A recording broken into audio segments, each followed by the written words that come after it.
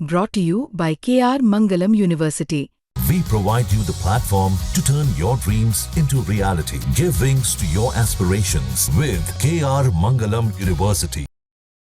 Election commission ने तमिलनाडु और असम के उपचुनाव के तारीखों की घोषणा कर दी है और असम की 2, तमिलनाडु की 6 राज्यसभा सीटों के लिए 19 जून को चुनाव होगा। लेकिन इस सब के बीच में कांग्रेस ने भी एक बड़ा ऐलान किया है। कांग्रेस ने असम प्रदेश अध्यक्ष के नामों का ऐलान किया और अब असम के प्रदेश अध्यक्ष बन गए हैं गौरव गोगोई। गौरव गोगोई के बारे में बताएंगे, उससे पहले एक विवाद भी बताएंगे। उसके बीच में बता दें कि वर्किंग प्रेसिडेंट में जाकिर हुसैन सकदर हैं, इसके अलावा प्रदीप सरकार हैं। ये 3 नाम उसमें जुड़ा गया है। जो कांग्रेस के प्रेसिडेंट हैं मल्लिकार्जुन खड़गे, उन्होंने पोस्ट किया। हाल ही में आरोप यह भी लगा गोगोई पर, हेमंत बिस्व शर्मा ने लगाया कि कांग्रेस सांसद गौरव गोगोई ने आईएसआई के निमंत्रण पर पाकिस्तान का दौरा किया था। उन्होंने वहां के सरकार के साथ मिलकर काम भी किया। यह हेमंत बिस्व शर्मा का आरोप है गौरव गोगोई पर।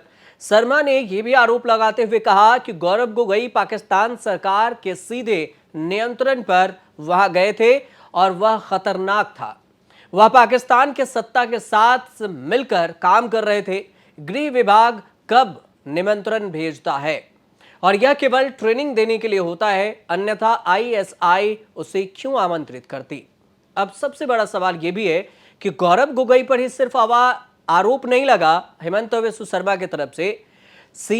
असम के सीएम के आरोपों को गौरव गोगोई ने बकवास बताया। उन्होंने सोशल मीडिया पर एक पोस्ट किया था जिसमें लिखा था कि असम आने के बाद से मैं सीएम शर्मा के रडार पर हूं, और ऐसा क्यों है ये वो जानते हैं। पिछले 13 साल में उन्होंने मुझ पर कई निराधार टिप्पणियां की और उनके हालिया टिप्पणी पागलपन और बेतुकी जैसी है। असम के सीएम और बीजेपी कांग्रेस सांसद गौरव गोगोई दोनों के बीच में, जो गौरव गोगोई की ब्रिटिश पत्नी है एलिजाबेथ, उनको लेकर यह पूरा विवाद है। आईएसआई से संपर्क होने का दावा किया जाता है सीएम हेमंता के तौर से, और कहा जाता है कि पाकिस्तान के बीच में 19 बार ये यात्रा की थी। गोगोई की पत्नी भारत में रहते हुए पाकिस्तान स्थित एक एनजीओ से वेतन लेती हैं।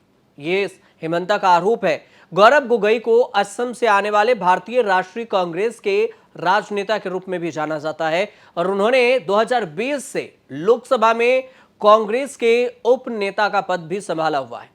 इसके अलावा देखें तो 2014 से लोकसभा में कलियाबोर निर्वाचन क्षेत्र का प्रतिनिधित्व करते रहे हैं और वह अपने जो पिता असम के पूर्व मुख्यमंत्री रहे तरुण गोगोई, उनके बेटे हैं और उन्हीं के नक्शे कदम पर चलते रहे। गौरव गोगोई की बात करें तो इनका जन्म 1982 में 4 सितंबर को हुआ था। उनके पिता तरुण गोगोई का 23 नवंबर 2020 में निधन हो गया। तरुण गोगोई ने 2021 से 2016 तक का जो सफर है वो काफी प्रभावशाली रहा और असम के मुख्यमंत्री के तौर पर बेहतरीन काम के लिए भी वो जाने जाते हैं, एक इतिहास भी रच दिए। और इस प्रकार से अगर देखा जाए तो राज्य के सबसे लंबे समय तक सेवा करने वाले मुख्यमंत्री का खिताब भी तरुण गोगोई के नाम पर है। 2014 में मार्च का महीना एक महत्वपूर्ण क्षण था जब कांग्रेस पार्टी ने आधिकारिक तौर पर गोगोई को कलियाबोर लोकसभा क्षेत्र से अपना उम्मीदवार घोषित किया था। कांग्रेस का गढ़ मानी जाती है ये, और बाद में बीजेपी ने यहां पर सेंध लगाई और उसे 2014 और 2019 के चुनाव में जीत भी मिली। लेकिन अब भी ये सीट फिर से कांग्रेस ने हथिया लिया। 2024 के अगर लोकसभा चुनाव की बात करें तो कांग्रेस के कब्जे में है। जोरहाट में लोकसभा का पहला चुनाव 1952 में हुआ था। तब कांग्रेस के दम्बेश्वर शर्मा ने जीत हासिल की थी। हालांकि 1962 में कांग्रेस सीट बचा नहीं पाई, लेकिन 1967 में उसने फिर से वापस ले ली। 1977 तक कांग्रेस का इस सीट पर कब्जा रहा। 1985 में यह सीट फिर से कांग्रेस के हाथ से निकल गई। 1991 में इस सीट को फिर से वापसी कर ली कांग्रेस ने। 2009 तक ये जोरहाट में कांग्रेस का जलवा कायम रहा। 2014 में जब मोदी लहर आई तो फिर बीजेपी के कामाख्या प्रसाद ने यहां से जीत हासिल कर ली, अपनी पार्टी को यह सीट दे दिया और खाता खोल दिया। 2019 के चुनाव में बीजेपी को फिर से जीत मिली और तपोन कुमार गोगोई सांसद बने। 2019 के चुनाव में बीजेपी के तपन कुमार गोगोई ने यहां से जीत हासिल की और इतिहास रच दिया था। उन्होंने कांग्रेस के सुशांता को हराया था।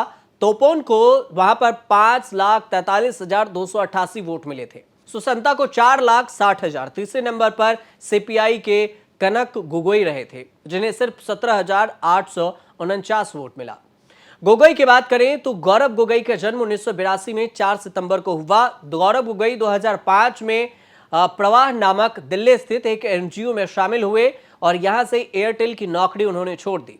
पहले काम किया फिर छोड़ दी। गौरव गोगोई ने 2010 में रॉबर्ट एक Wagner graduate school of public service New York university से मास्टर में पब्लिक एडमिनिस्ट्रेशन की पढ़ाई की। और इसे कुल मिलाकर अगर देखा जाए तो राजनीति के अलावा इन पर आरोप भी लगे। 9 आरोप इन पर लगे हैं गौरव गोगोई पर, लेकिन ये आरोप अब तक तय नहीं हुए हैं, मतलब दोष इनके साबित नहीं हो सके। नेटवर्थ की अगर बात करें तो इनकी कुल नेटवर्थ 4,90,61,120 रुपए की है जो संपत्ति, इसमें से 2,65,61,120 के करीब चल संपत्ति है। असेट की बात करें कि अचल संपत्ति 2,25,00,000 के करीब में। इसके अलावा चुनाव में जो जानकारी दी, चुनावी हल्फनामे में इनके पास देनदारी के लिए कोई भी चीज नहीं है, मतलब इन पर कोई कर्ज नहीं है। तो कुल मिलाकर गौरव गोगोई के पास अब यहां पर एक नए दारोमदार दायित्व तो दिया गया है कांग्रेस पार्टी की तरफ से। 2026 में यहां पर विधानसभा चुनाव होने हैं असम में, और उससे पहले कांग्रेस पार्टी एक मजबूत प्रदेश अध्यक्ष के तौर पर गौरव गोगोई को नियुक्त की है। देखना यह भी होगा कि गौरव गोगोई हेमंत बिस्व शर्मा को आखिर कितना टक्कर दे पाते हैं, और असम में जो विधानसभा चुनाव होगा 2026 में, उसमें क्या कुछ नया इतिहास रचते हैं, कांग्रेस की झोली में जीत कर देते हैं। फिलहाल आपको रिपोर्ट कैसे लगी हमें जरूर बताइएगा कमेंट कर। अच्छी लगी हो तो हमारे चैनल से जुड़िए, सब्सक्राइब कीजिए, शेयर कीजिए, कमेंट कीजिए। देखते रहिए न्यूज़ तक।